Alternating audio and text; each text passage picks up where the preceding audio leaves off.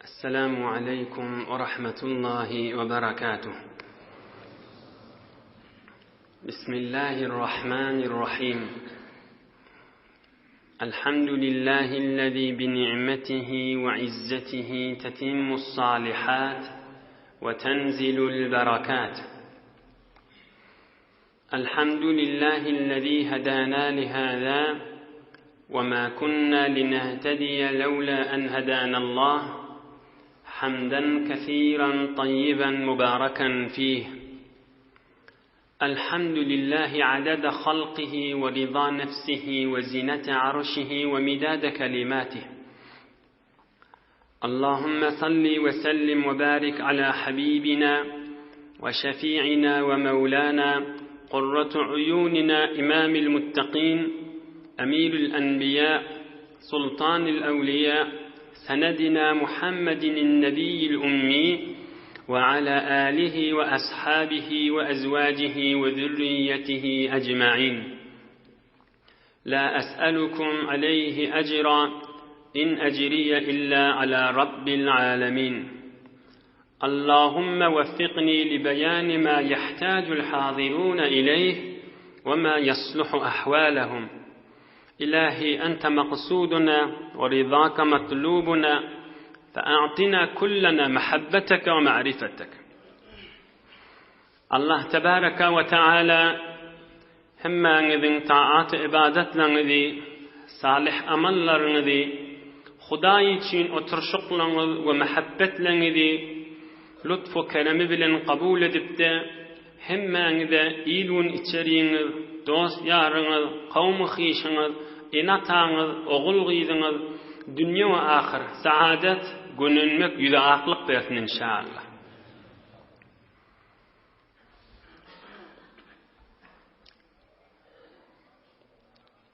Geçen haftede Beyik Allah Teala'nın köklümegi bilen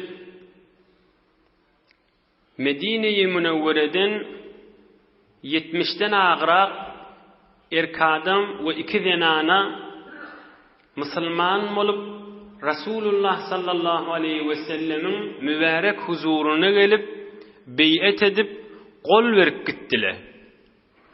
Nämäge kol verdiler? Biz hiç vaqtda sana arka olmadan yalta olmaz. Yalta vaqtımızda, havamız kök vaqtımızda ve havamız nahoş vaqtımızda sana arka bolors. Bir boynalan zatları. Malımız ba yok diýmez, dine gerek bolsa, Hudaýyň hoşlugyna gerek bolsa harj eder. Dogan garyndaşlarymyza, il-günimize gowluk bilen büýürüp, dogry däl zatdan gaýtarars we Hudaýyň hoşlugy ba boljak bolandan soňra palanym beýdiýe, ejekem beýdiýe, daýzan beýdiýe diýip adamyň gowunyny örjek bolup Hudaýyň büýrügini goýmars. Ve beşincisi de ey Resulullah namusumuz saklaýaşymyz ýaly namusumuz saklaýşymyz ýaly seni de saklar sipde çyny bilen peýgamberimizin mübarek öwünde oturup gol berip elbi el bolup şu zatlary boýnalypdyrlar. Inha bir 5-10 dagyga inşallah şundan bir ders aýdaýly. Hem şu aýtjak dersimizde şu dersten soňraky gürrüňlere de bir muqaddeme. Bir dersten soňra ta ahir wagtçaly fakat siratdan sahabalar Medine-i Münewwere hicret etişinden inşallah hyzmatyňa da ýetirer. Am öwdäki heftede ta'til gurbanlyk wagtlary bolýar. İnşallah aňyrky hefte ýene ýygyny alyp gider. Hudaý Taalaň köklemegi bilen inşallah. Ey mümin musulman dowallar, ey jawan dostlar. Geçen hafta aýtdyk, şolar boýnalypdyrlar diýip. Nähilli boýnaladylar kam? Agyr iş boýnalmadylarmy işler? Hewri kıyın zady boýnalylar diýip şaýat zihnimizde gelen bolsun. Emma şu taýyny biz gowj edip ýürügimizde ýazaýlyň. Şon bizi Hudaýa şükür musulman. Bizi beýik Allahyň azamatyna imanymyz bar. Hudaý Taalaň Rablygyna imanymyz bar, gudratyna imanymyz bar. Hulasa Aya din gurrüňi bir jengele gidip, bir bağa gidip, bir derya kenara gidip, ya başga bir dostly bilen oturşyk gurrüňimi, ona hawam kök bolanna men etjek şo işi, hawam kök bolmadyk wagtyda etjek däl. Aya din gurrüňi şeýlemi? Din gurrüňi diýdigi Hudaýyň buyrugy. Hudaý Taalaň hoş boljak ýeri. Ýaşyca düşüneýliň şu gurrüňi. Meselen dostly üýşip bağa gitjek bolýar, jengele gitjek bolýar, ya derya gitjek bolýar, men sen aýtýas, hawam ýok gitjek däl. Men bir gedek gitmeýän. Bilan o waran tefrihiniň gurrüňi. Emma Hudaýyň buyrugy gelip tuqa. Qudratyny kamil, azamatyny kamil, haybatyny kamil, celal we jemalyny kamil, adyny kamil, zatyny kamil, sıfatyny kamil, Subhanu Kuddus bolan beýik Allah Taala buyurup tuqa. Ya men bu hawam ýok, howsalam ýok diýip oturmagy nähilli musulman adam özüne ejade bermeli. Nähilli bola ýaşyrar. Hemme zadyny kamil bolan musulman adam, yani Hudaý Taalaň kamilligini hemme tarapdan imany bar, şoňa musulman diýilýär.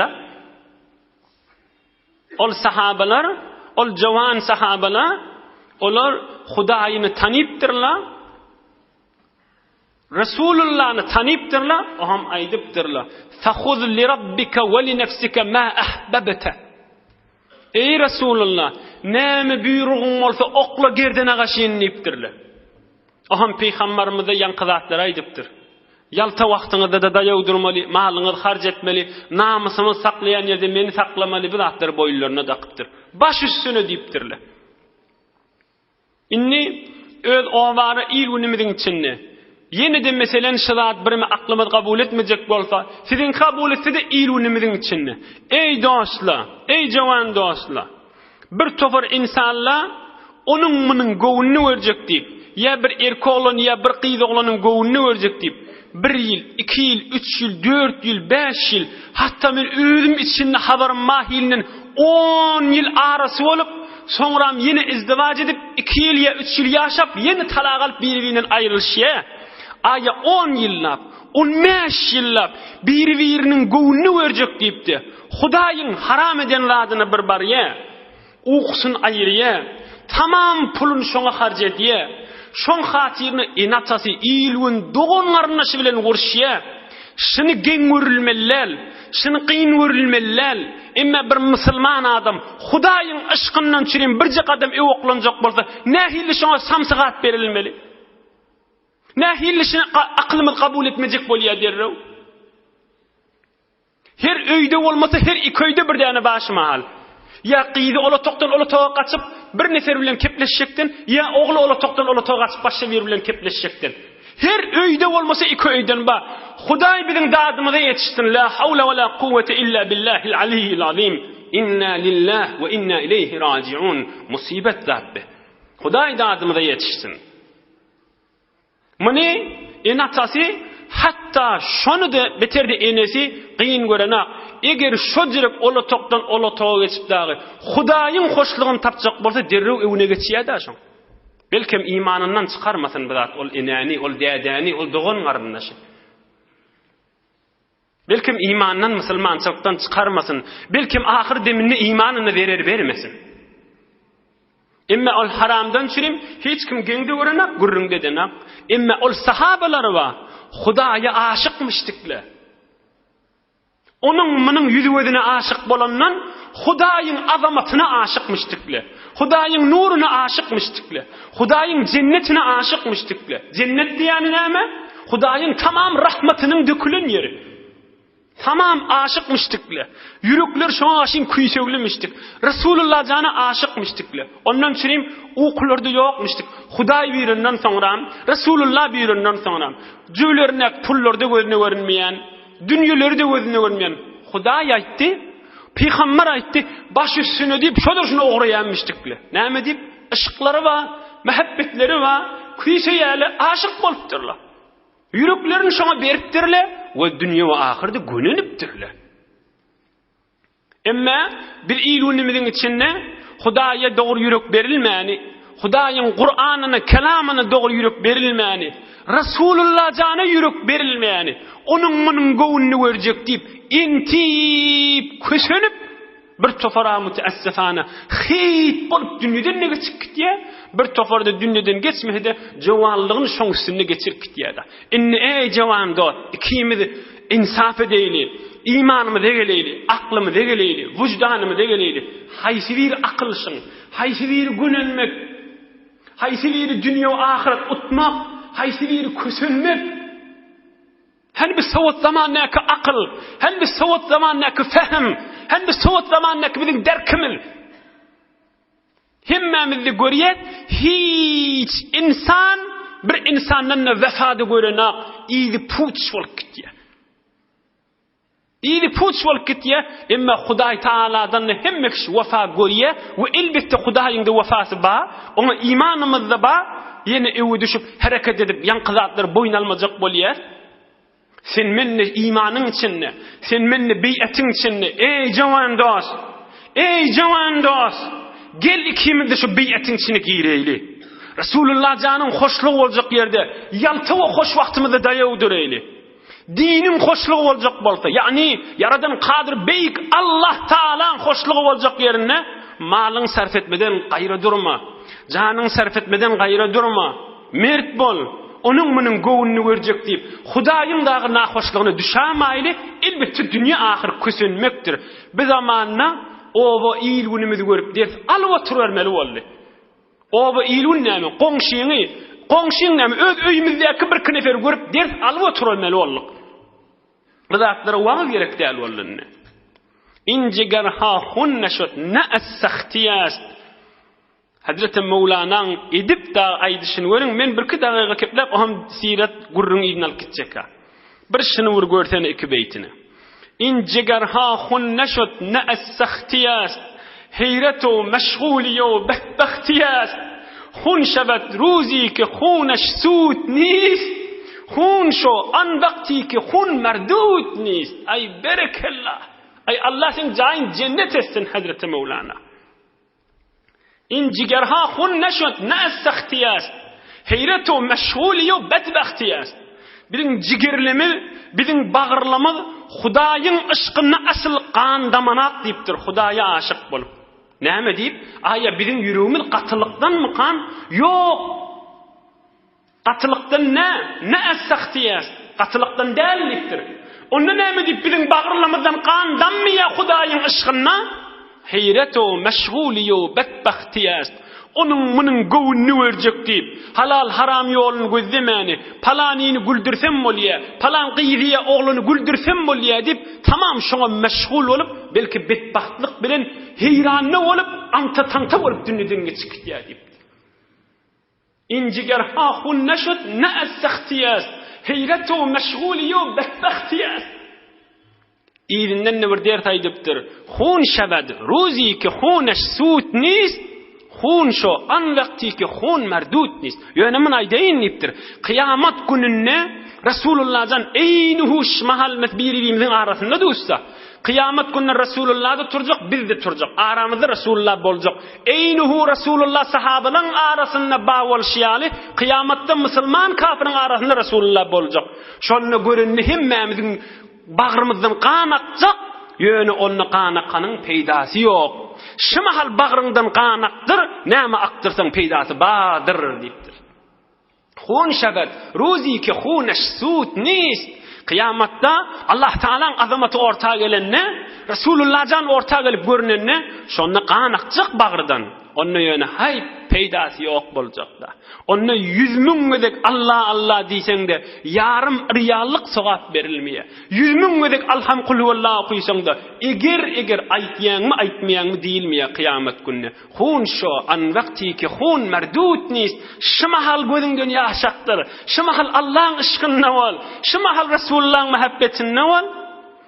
Oham näme bolar? Bir kösenmek ýaly da hiç kösenmek däldir. Gününüp dünýede ışık bilen ýaşamaly. Dünýeden geçende de tamam Hudaýyň rahmatyna düşmeli. Inhe öz aklymy ortağa oklap da haýyrlany bermeliler. Be her hal sahabalar boyun alypdyrlar. Geleyliň öz gurrunymyza. Ya Resulallah boynallık mert bolupdy durars diýipdirler. Amalle edipdirler. Wafat edipdirler.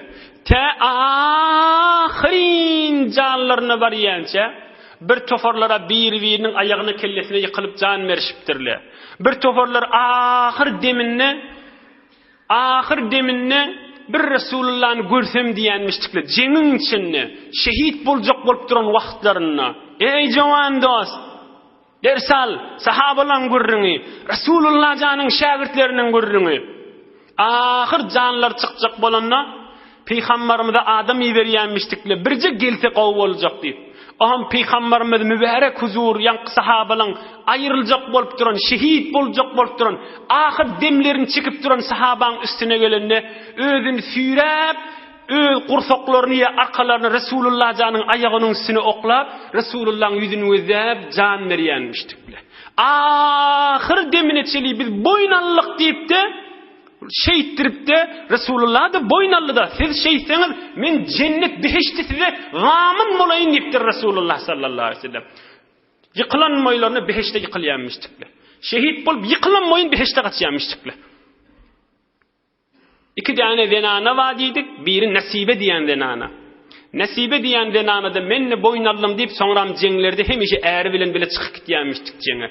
Bir cengde el kesiliptir. Bir cengde bir savaşta ennam canlı 12-13 tane uluqan yaradan düşüptir. Bir cengde oğlunu nasibe diyen zenananın oğlunu tiki Yönün qurbanlyk etin tiki dilen ýana asyp ewnoqlapdyrlar. Fama wahanat wa mastakanet. Allah'dan gelipdir diýip mert bolup ýene jeň meýdanyna gidip är bilen bile ahir men Resulullah'ın ýanyna özüm boynallym. Mekke bar boynallym Resulullah'ın ýanyna men ahir demime çeli durjak diýip ahir demine çeli Hudaý Taala'nın ryzaýatynyň çirim mert bolup da cennete gaşyn geçipdirler hemmesi. Bir geçelgeden dünýe diýen geçelgeden ahiret diýen cennetiniň ahiret diýen geçelgen cennetine bartdyrlar da hemmesi. Resulullah janyň boynalmagy bilen. Boynalallaryndan soňra giýjän ýaryna gapgaraňky wagt gurbanlygyň 13-14-üni ýöne aýaýdyňrak bolýar. Giýjän ýary Peýgamberimiz aýdypdyr, "Hop, siz 70 nefer bolwatyňyz. Näçe taýfa? 12-13 taýfa dagy bar. Her taýfadan bir baş belläň diýipdir. Bir namaýende, bir wekil belläň diýipdir. Bolýa, biziň taýfamyzdan sen bolaga, sen biziň taýfamyzdan bolaga, sen biziň taýfamyzdan diýipdi, 12 namaýende 12 taýfadan intihab etipdirler. On Peygamberimiz aýdypdyr, "Antum ala qawmikum kufalaa." Ey 12 nefer, siz birme mesuliyetiniz bulardan kärrek. Siz şulaň namaýendeleri, şulaň gurrunlary bolsa, şulara aýdyp diýip durmaly. Ey boýnalanlar, daýaw durmalylar, gaýyn durmalylar, şulaň aralaryny mesul bolan daýawrak duruň diýip olaňdy edafarak ýene de boýunlaryna dakypdyr Resulullah sallallahu aleyhi ve sellem. Be her hal giýjäň içinde ol oýun içinde, oýun üstünde Hazreti Ali Murtada radıyallahu anh negahman bol oturanmışdyk. Al ýoluň uruna Abu Bekir Siddiq radıyallahu anh negahwan bolup gözläp duranmışdyk bir kafirin mir bilamasyn diýip Peýgamberimiz de Abbas radıyallahu anh ikisi bileje duranmışdyklar. Aham gurrun tamam bolup inni turjak wagtlaryna bir gurrun bolupdyr. وَلَمَّا تَمَّ إِبْرَامُ الْمُعَاهَدَةِ قَامَ شَيْطَانٌ عَلَى مُرْتَفَعٍ مِنَ الْأَرْضِ وَصَاحَ بِأَنْفَذِ صَوْتٍ. Gurrun tamam bolup bir 70 tane Medineli boynallylar Resulullah'ın ýanyna biz dinin arkasy boljak diýip turjak bolanlaryna bir kafirin miri bular gözläp duranmışdyk, görüpdir bu ýagdaýlar.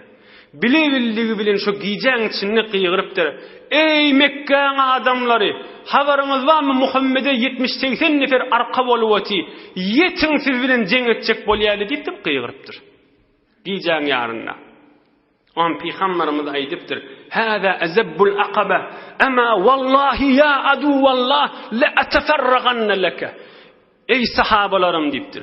Bir şeýtanyň bir şeytan betbaht kafiri diýipdir. Oňa da aýdypdyr: "Ey Hudaýyň düşmany, bir gün ýeki jöýüňe sataşyp, meni Resulullah sen hesabyňa ýeterin" diýipdir. Gözleşibe diýip, oham bir sahabalarına aýdypdyr: "Ýetiň basymrak, ýüküňize gaşyn gitden, şytak üýşmedik ýanjak bolan, oturuverin" diýipdir.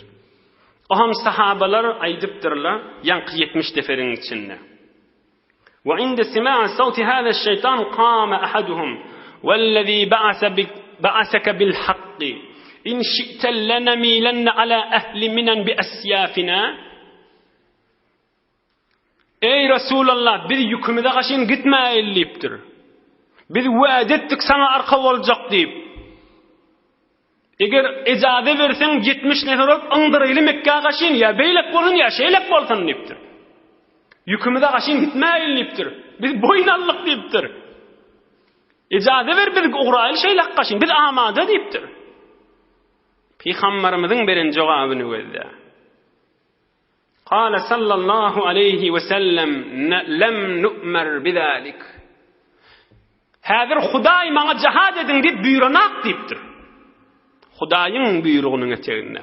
Perestar emreş hemme çizu kes beni Adem murqu muru magas. Hudaýyň buyrugynyň eteginde bolmak dünýä ahir gününmek. Resulullah'ın beren jogabyny görsene. Ha maslahat ya maslahat däl diýmendir. Hazır maňa Hudaý buyuranak jihad bilen diýipdir. Hazır ýüküňize gaşyn gidiberin diýipdir. Barın jaýlaşyň, ýatyn gyşaryň özüňizde diýipdir. Aham sahabalar baş üstüne diýipdirler. Aham baryp da Medineliň ýükleriniň arasyna baryp gyşaryp ýatypdyrlar. Medineli de 400'den agyrak kafirler da baha. Bulan içinde 70 nefer saýlanyp gelip garankyň içinde gelip otýlar. Oham bu urrun Mekkan kafirlerine yayraptır. Erti olupdur daňatan moyuna kafirler Mekkan namayendeleri kan adam bolup üýşüp Medineliň üstüne gelipdirler. Oham aýdypdyrlar, siz öten akşam boyun alyp dursaňyz, biziň ýoldaşymyz, biziň obamyzdäki Muhammed sallallahu aleyhi ve sellem şoňa arka boljak we biz Mekkeli bilen jeň etjek diýip boyun alypsaňyz nähilli bolýarby diýipdirler. Mekkan kafirleri Medineliň üstüne baryp Mina diýen ýerde. Medineliň içinde de 400'den agyrak kafirler da var da musulmanlara keplemen oturup etdirler. Kafirler kepläpdirler, "Ma kana min şeyin we ma alimnahu hada batil." Yok, zat bolanak diýipdir. Kafirleň habarda yok da öten aşam ola ýatyla da daňat diýençe. Bolan zat yok. Biz hiç wagtda boyun alamyrak, bizden naqsiziň tersiňde hiç kim boyun alan bolmaz. Musulmanlar da bir-biriniň ýüzüne gözleşip keplemen oturup etdirler. Yok diýseler yalançy boljak. Keplemen oturup etdirler. 70 nefer içinden Türk gaýdalaryndan kafirleň habary yok da. Kafirler da istile yok, bolan zat yok. Bir de ýatysdan atýança diýipdir. Aham Mekkan adamlary ýygyna gidipdirler. Ýöne bulara ulaqan gaýgy bolupdyr Mekkan kafirlerine. Mekke-i Mukarrama. On kafirlerine gaýgy bolupdyr. Şu urjyň çynmalamasyn diýip muň ýygyna gidipdirler. Yaxşı tahqiq edip ýygyna gelip ony mun sonra yaxşı bulara sabit bolupdyr. Medineli Munawwaran adamlary Resulullah jana arka boljaklary. Ýöne wagt geçipdir. Medineli Medina ugrandan soňram bolupdyr. Medineli Medina ugrandan soňram bulara yaxşı sabit bolupdyr Mekkan adamlaryna. Inni Resulullah'a ve sahabalara Medineli arka boljakdygy. فجعل البلاء يشتد على الأصحاب رضي الله عنهم من المشركين مخافة الخروج. Oham kafirler, Mekkan kafirleri qaytadan eziyet berip, azap berip, sahabalary vurup ýençmäge dürtdirler. Bir wagtda biri Medine çykyp gidamasyn diýip. Adim gulleri ýaly ýene de wurma söwme izala başlapdyr. Oham sahabalar Peygamberimiziň mübarek huzuruna gelipdirler. Ya Resulallah, kafirlaň eziyeti köfelli, kafirlaň azaty köfelli. Biz odal Habeşäge gaçyp gidipdik. Bize icade berseň ýeni bir ýaňa gitsek gowy boljak diýipdirler. فمكث صلى الله عليه وسلم أياما ثم خرج إلى أصحابه مسرورا فقال صلى الله عليه وسلم قد أخبرت بدار هجرتكم وهي يثرب فمن أراد الخروج فليخرج إليها. Peygamberimiz jogap aýtmandyr sahabalarına. 3-4 gün eglenipdir, jogap bermändir. Oham bir gün Peygamberimiz gülüp çıkıptır sahabalarının arasına. Ey sahabalarım, Hudaý maňa kökedi sizin hicret etjek ýeriňizi bir hurmalyk dağlaň arasy bir oýda Medine-i Munawwara'na diýär. Hudaý maňa kökedi we ijada berdi sahabalaryň hicret etmegine. Ey sahabalarım, Hudaý taraflyň ijada her kim Mekke-i Mukarramany äpberip Medine-i Munawwara gitjek bolsa menden urşat gidibermeli her kim diýipdir. Oglan uşagyny alyp gidip bilen oglan uşagyny alyp gitsin, oglan uşagyny alyp gitmedik özüni alyp gitsin. Hulasy her çeşitli gidip biljege ijada gidibermeli Medine-i Munawwaraga diýipdir. Inha ýuwaş-ýuwaş Mekkeň adamlary nemeti ellenmerip barýarlar. Hudaýy agdayan sahabalar ellenmerip barýarlar. O soňram Rasulullah sallallahu aleyhi ve sellem ellenmerjekler. Nimetin gadryny bilmediler. Peygamberimiz 10 ýyllap qygyryp bular dine çağırdy. Mekkeň içinde bir 100 neferiň döwregi musulman bolupdyr. 10 ýyllap Mekke-i Mukarramada Allah'ın ayetini okuyup, Kur'an okuyup, dine çağırıp, soruglaryna jogap berip, 100 neferiň döwregi musulman bolupdyr Mekke'de. Innen nigmatyň gadryny bilmediler. 13 ýyl bäri. Peygamberimiz 53 ýaşa bardy indi. Ýuwaş-ýuwaş hemmesi gitjekler. Boşajak Mekke-i Mukarrama. Hudaý çağırýan adamlardan, giýje ünlülerine Allah Allah diýen adamlardan boşajak. Näme diýip? Nimetin kadrini bilmesin, Hudaý nimeti illen aliye. Ey mümin musulmanlar, ders alaylyň bu gördüňden. Rasulullah'ny ellenmekdiler. Sahabalary ellenmekdiler. فجعل القوم يتجهون ويتوافقون ويخرجون مستخفين. Oham sahabalar oğrinça çıkıp Medine-i Munawwara gaşyn göçübertdirler, gaçybertdirler. Näme diýip oğrinça? Eger kafirler tutsalar, eziýetleri worup ýenjip saklamalarken inşallah işte 3-4 tane misal gelecek. Tamam sahabalar yeke oğrinça gaçyp gitipdirler. İlla Umar ibn el-Hattab radıyallahu anh. Fakat rawa Ali ibn Abi Talib radıyallahu anh birji Hazreti Umar oğrinça gaçyp gitmendir. Hazreti Ali Murtada radıyallahu anh aýdýar, men gördüm Umar hicret etjek boldy. Ýuwaşajykdan Käbäň ýanyna geldi. Kafirlaryň da ola gollary otydy. Oham howluk manjyk ýedigide Käbäň daşyndan aýlandy. Kelime-i şahadeti aýtdy. Oham ýyzynden adamlara kafirlara wakyp aýtdy: "Men arada an yuskila ummuhu aw yutima waladahu aw yurmila zawjatahu falyalqani wara'a hadha al-wadi." Oham aýdypdyr: "Ey kafirlar" diýipdir. Musulmanlara oğrinça barya, emma men açyk qygyryp aýdýan, men Medine barýan diýipdir. Her kim enesini agladyp goýjak bolsa, haýsy bir kafir enesini agladyp goýjak bolsa, ogluny ýetim goýjak bolsa, zinanasyny dul goýjak bolsa, gelsin men şu oýun aňyryndan barýan, maňa sataşasyn diýipdir. Men Medine barýan, hicret etip barýan, Hudaý diýip barýan, Peýgamberiň buýrugy diýip barýan diýip qygyryp çykyp gidipdir. Hiç kimde golaýyndan barmany, oýun aňyrtyna da barypdyr, hiç kimde gelmäni. 20 nefer dagdy Hazrat Umaryň arkasy bilen Medine-i Munawwaraga, Mekke-i Mukarramany äpberip bular da çykyp gidipdirler. Wa kharaja al-muslimuna jami'an ila al-Madinati al-Munawwara, falam yabqa bi Mekkah illa Rasulullah sallallahu alayhi wa sallam wa Abu Bakr as-Siddiq wa Ali al-Murtada aw maftun aw marid. Tamam sahabalar Mekke'den çıkıp gidipdirler. Birce Resulullah alıptır. Abu Bakr Siddiq, Ali'ül Murtada, üçüncü alıptır. Tamam sahabalar çıkıp gidipdirler. Fakat meriz ya şu kafirlerin tutup saklarları, vurup yenjip zincirlap ya dank koyarları, şu jürek bir ya zır çıkman uğrun tapmanı, nämetjegin bilmäni, malı da bolmany, ayağı da yaramany, şu jürek bir ezi zayıf bolmasa tamam çıkıp gitipdirler. Hazreti Ali Murtada, Abu Bakr Siddiq, Resulullah sallallahu aleyhi ve sellem der kul üçüsü galy diýsen boljakdy. Ve tejehhaz Abu Bakr Siddiq qibala al-Medine. Am Abu Bakr Siddiq bide Medine-i Munawwara gaşyn taýýarlanypdyr. Aham ya Resulullah ijaza berseň men ne gitjek diýipdir. Tamam sahabalar gitdi. Peygamberimiz aýdypdyr hawlukma diýipdir. Hudaý Taala'dan ijade gözleşiyotin. Umid ediyen maňa da ijade berer. Maňa da ijade berenne inşallah men Mekke-i Mükerreme'ne bir gitmeli boljak diýipdir. Ama Ebu Bekir Siddiq düşünüpdir, meni yoldaş etjek o diýipdir. Ya Resulallah, ene matam sen fedaň bolsun. Ene matamyň jany sana feda bolsun. Sen ne gidersiň Medinäge? Hawa diýipdir. Bolýa diýe kana iki tane diýesi varmış. Şonu gowgowy imin berip, suwun berip, bir wagt Resulullah sallallahu aleyhi ve sellem gitse, meni yoldaş etse iki diýany alyp giderini teýýarlap oturuvererin diýipdir.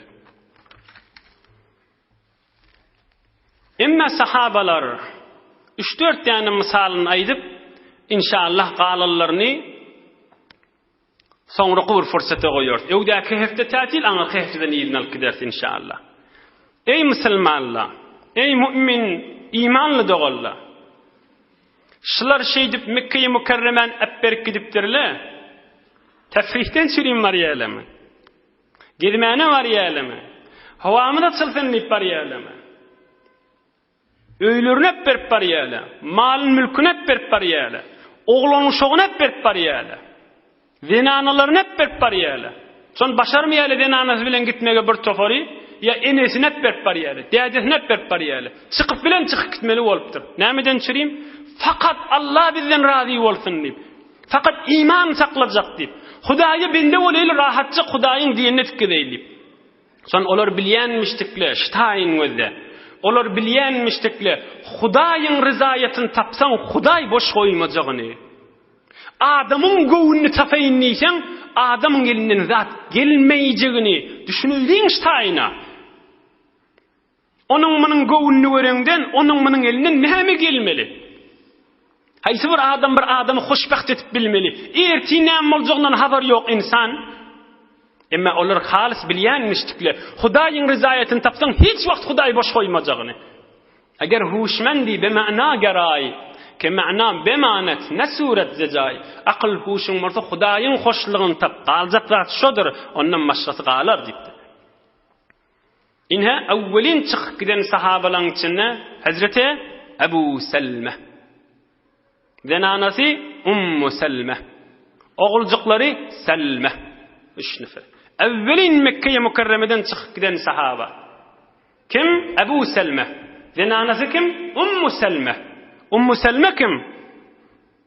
Ummu Selme şoň zenanasy da soňram adamsa aýrylandan soňram bitin mümin musulmanlaryň enesi Rasulullah'ın zenanasy bolýar. Kim? Hazreti Ummu Selme radıyallahu anha. Enemiz bolýar soňram.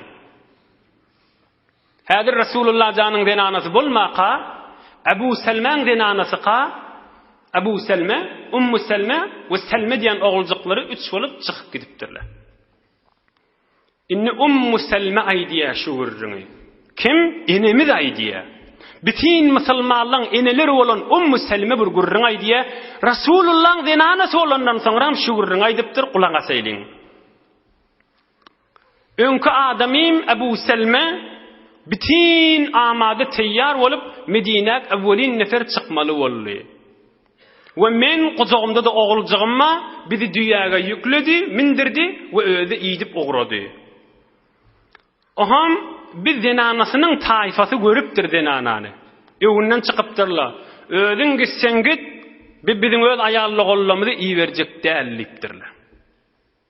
Oham meni alqalyla diýär, ýani Ummu Selme zenanasyny alqalypdyrlar. Şoň taýfasy.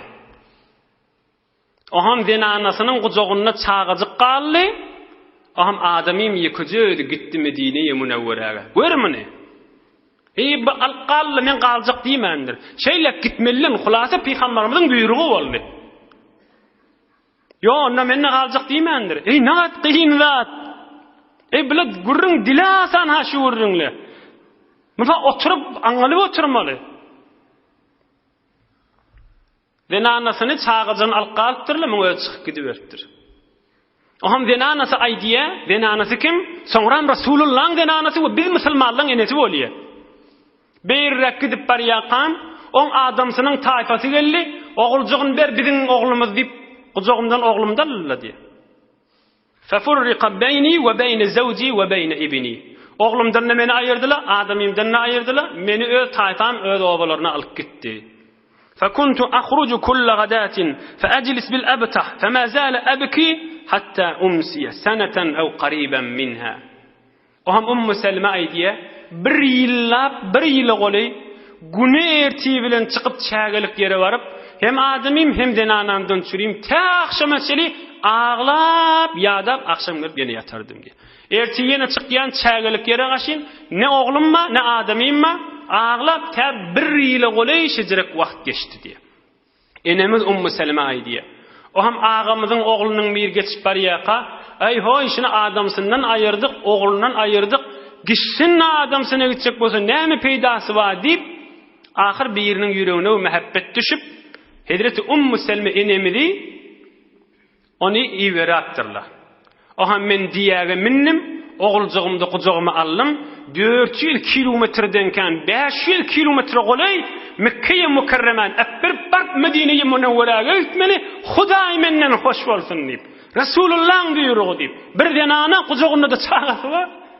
Ey bir sahabeler näme? Ey bir Resulullah'ın terbiyet veren adamları näme? Ey bilen näjire insanlarmışdy. Ey bilen näjire dağyal adamlarmışdy. Harama bir bilemde Hudaýyň hoşluğundan düşüreyim. Gözümüzü, kulağımızı, dilimizi haramdan ayıp bilemde o direk bir mertlik Kur'an'ın içinde durmaklık dursun. Asen keplep bolanak näme aýsaň, hey bijirede, hey ojirede, hey bijirede, hey ojirede deyip asen dinden çıkıp barýarlar. Eneşlara enemizin gurrunu. Yakacağım çıkıp gittim Mekke'den de çıktım da şeriq. Osman diyen bir kafir vardı. Ol Hazreti Osman'dan başka. O beni gördü diye. Gayrete minni. Hayden anı kim bolyan palani? Yirep baryan Medine baryan? Yok diptir. Men gayratım icade vermeye. Sen yıkıyordun Medine'yi verme. Ölmekden inniptir. İkisi namehrem haline. Kim gurrun bariyasını? Enemiz Selma diye. Osman idip gitti menni diyen sünnedim. Her yadanna diyeni çökürdürdü ve men düşük bolamda anırrak gidip anırsınmak dururdu. Kim? Kafir adam. Çomun eğri var deyip, men bana hıyanet etsem gelişmez deyip, kafir vaktinde da beni gözlemedi diye. Enemiz Selma diye ha. Diyeni çökürdüp anırık giderdi, o ham men de diyeden düşerdim. Ol bağın eteğinden kıyşarardı, yatardı. Men de kıyşarardım beyirrekte, o ham turanna menne turardım, o ham diyeni gelip çököderdi, min yansam anırınmak oturardı. O ham men minimden sonra yine gelip diyeni iyidik giderdi. 10 güllep bir gedek bana edafa keplemedidim, meni gözlemedidim, ennamınla bana degirmedi, ta Medine-i Munawwaraga meni eltti diye. Kim? Bir kafir adam. Hudaýa peygamberin düşmanı bolup duran adam. Kim urrun mariýaşyny? Bolmajaklar ki bizim ilgin ovamız aklıma gözdämizdi. Bolsa bolmasa bitin musulmanlaryň enesi bolan Selma diye Rasulullah'ın zenanasy urrun mariýaşyny. O ham ahir bardyk Medine'ge yetdik. O ham aýtdy maňa zawjuka fi hadihi'l qarya. Şolowada äriň de bad etdi. Hoş Allah ýaryň diýip ýene ýygyna urildi. Inere sahabalar hicret etişi Mekke'den epberip gitişinişi. Bir arassalyk görün 10 güllep bir namehrem menen gaýdypdyr. Edip arassa gezişlerini görün. Selmaň adamsy aýrylanna kim bolýar? Rasulullah'ın zenanasy bolýar. Hudaýy hoş eden adam Hudaýy boş goýmar. Hudaýyň razyçylygyny tapaýynlayan adama Hudaýy boş goýmar. Onun içinde bir namehrem menen halvet bir gidip kepleşmäni gelmeli. Onu Resulullah canın Hudaý Taala şu dünýede denanasy etip goýupdyr. Bütün musulmanlaryň 1 milyard yarım musulmanyň enesi etip goýupdyr. Bu cennetde de Resulullah'ın denanasy bolmaly. Ey Hudaýyň hoşlugyny tapjak bolaýlyň. Onun menen göwünni tapjak bolsa hit bolar. Boş galar. Emme ol Osman o da habaratmandır, o da zat diýmendir. Osman'dan sonra musulman bolup sahaba bolýar.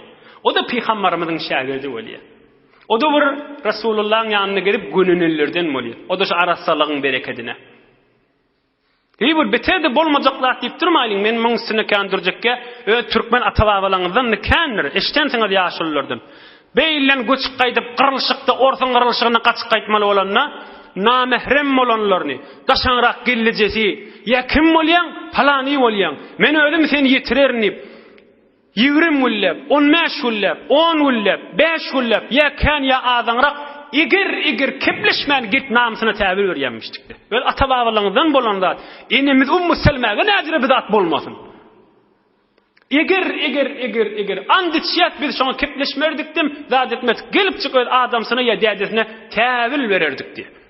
Böyle ata-babalaryndan bolup geçende. Yurdun ep berip bäri gaşyn gaýtmaly bolanlar. Hulasa enimiz Ummu Selme radıyallahu an bariye öz oğulcuğu bilen adamsyna soňra Resulullah janyň zinanasy bolýar. Ýene bir misalyny aýdyn tamam edin inşallah aňyrsy 5-6 daýgadan. 3 tane sahabalardan Mekke'ne berip barýaka men kafirler tutýar. Tutup meni sakfy ýok, üstü basargyl däl, üstü açyk otokda dank goýýarlar. Otaýdy kızgın hawada. Giýjewni şoň içinde hey bir ýerýä ölmer ýaly bir zat iýip ýal berýänmişdikle, günü ötüne geçirýänmişdikle. Aham Peygamberimiz sallallahu aleyhi ve sellem de habar vermişdik. Sahabalar Medine'ye gitti, bir neçe nefer zınnan bolup üstü açyk otogyň içinde kıyınçylyk çekip bererlerini. Aham namazyň içinde dağdy hatta Resulullah sallallahu aleyhi ve sellem namazyň içinde dağdy käde dua edip Allahumma anji Ayyaş ibn Abi Rabi'a Allahümme enci Selmet ibn Hişam, Allahümme enci falan, Allahümme encil mustadafine minel mu'minin. Hudaya falanini zırnaneti koyup dolaşan çıkarıver. Hudaya falanini basıp koyup dolaşan çıkarıver. Hudaya senden dileyen zayıf Müslümanlığın dadına yetişiver deyip dua etyenmiştik. Adın tutup dua edenlerin hemmesi çıkıp gidiyor sonra. Huday Teala'nın kömek vermegi bilen, duası kabul olmağı bilen. Yeni bir sahabalan miri Hazreti Suhayb Asliyet Rum'dan oğlan vaxtında Mekke'ye gelip Müslüman bolan sahabalardan. Bir de çıkıp baryaqa men Mekke'nin adamlar tutupdur. Yerek baryan deyipdirler. Medine-i Munawwaraga hicret etip baryan deyipdirler. Onda sen odal gerengde qarıypdın. Inni Mekke'ye gelip bayiydin, pullu oldun, mallı mülklü oldun. Biz seni övercek mi deyipdirler. Onda Hazreti Suhayb aydypdyr. Min tamam malımı mülkümü bersem bana icazə berersiňiz mi deyipdir. Hazreti Suhayb. Onu ola aydypdyrlar der o kan malym almışdyk Suhayb'de täzirmişdik. Bolýa deyipdirler. Hemmesen bel öýümde tamam malym mülküm sizinki bolsun bana icazə berseňiz bolýa deyipdir. Ýöne faqat evin maşy bilen şu dışına guur çykyp gaýdy beripdir. Aham Allah Taala ayet diýipdir. Kur'an-ı Kerim Sure-i Bakara 2. parada var. Euzu billahi mineşşeytanirracim.